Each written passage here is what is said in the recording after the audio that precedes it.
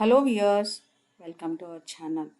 ఈ వీడియోలో మనం చికెన్ పులావ్ తక్కువ ఇంగ్రీడియంట్స్తో ఈజీగా తక్కువ టైంలో మొదటిసారి ట్రై చేయాలనుకున్న వాళ్ళు కూడా చేయగలిగే చికెన్ పులావ్ చూద్దామండి.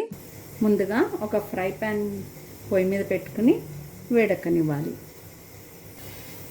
వేడెక్కిన ప్యాన్లో 2 స్పూన్ల నూనె పోయాలి.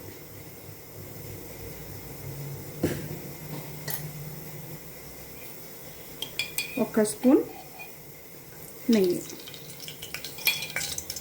వేడెక్కిన నూనెలో ఒక చిన్న బిర్యానీ ఆకు, 5-6 ఇలాచీలు, ఒక స్టార్ అనీస్, కొద్దిగా జాపత్రి, కొద్దిగా దాల్చిన చెక్క, 5-6 కబాబ్ చీనీలు, కొద్దిగా సాజీరా, 5-6 లవంగాలు. ఇవి వేసి కొద్దిగా చిటపటమన్నాక ఉల్లిపాయలు వేసుకోవాలి.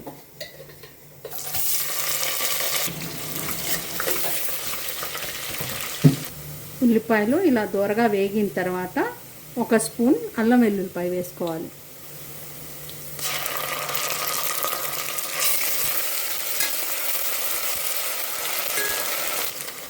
అల్లం వెల్లుల్లిపాయ పచ్చివాసన పోయిన తర్వాత 10-12 పచ్చిమిరపకాయలు లేదా మీ టేస్ట్కి తగ్గ పచ్చిమిరపకాయలని పేస్ట్ చేసి ఇది పచ్చివాసన పోయేంత వరకు వేయించుకోవాలి.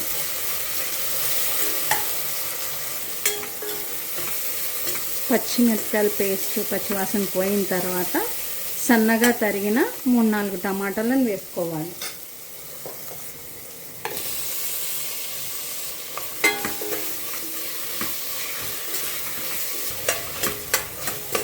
ఈ టమాటాలన్నీ కొద్దిగా మగ్గించుకోవాలి. ఇందులోనే కడిగి పెట్టుకున్న పుదీనా వేయాలి. టమాటాలని మూత పెట్టి 2-3 నిమిషాలు మగ్గించుకోవాలి. 3 నిమిషాల తర్వాత మూత తీసి కలపాలి ఒకసారి. టమాటా మగ్గిన తర్వాత శుభ్రంగా కడిగి పెట్టుకున్న చికెన్ని వేయాలి. ఇందులో 2 ఉప్పెళ్ళు రాళ్ళుప్పు లేదా మీ టేస్ట్కి తగ్గ ఉప్పు వేసుకోవాలి. నేను కేజీ చికెను, కేజీ బియ్యం తీసుకున్నాను.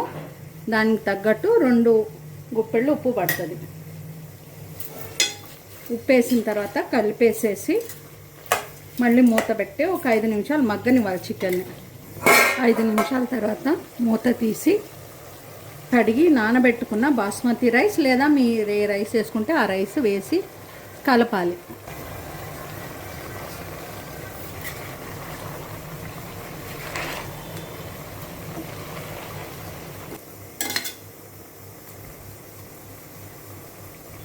ఇందులో మరిగించుకున్న 3 గ్లాసులు నీళ్ళు పోయాలి. 1 గ్లాస్కి 1.5 గ్లాసున్నర నీళ్ళు. సో 2 గ్లాసులు బియ్యం ఇది, అందుకని 3 గ్లాసులు.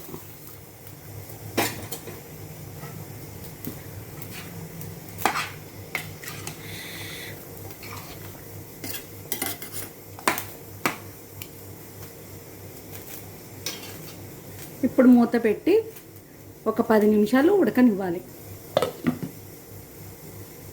10 నిమిషాలు హైలో, ఆ తర్వాత 10 నిమిషాలు సిమ్లో పెట్టాలి.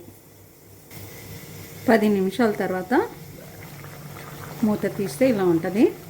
ఇప్పుడు దీన్ని స్టవ్ని సిమ్లో పెట్టేసేసి ఇంకో 10 నిమిషాలు ఉడకనివ్వాలి.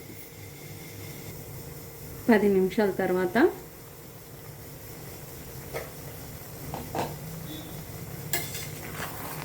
ఇంకా నీళ్ళు ఉన్నాయి.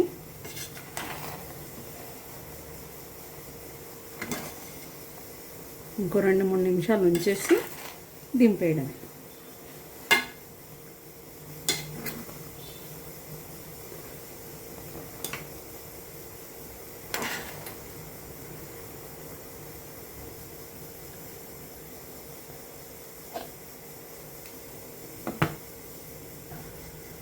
చివరగా పుదీనా వేసి మూత పెట్టి స్టవ్ ఆర్పేసేయాలి. రుచికరమైన చికెన్ పులావ్ రెడీ అండి. ఇది చిన్న పెద్ద అందరు ఇష్టంగా తింటారు.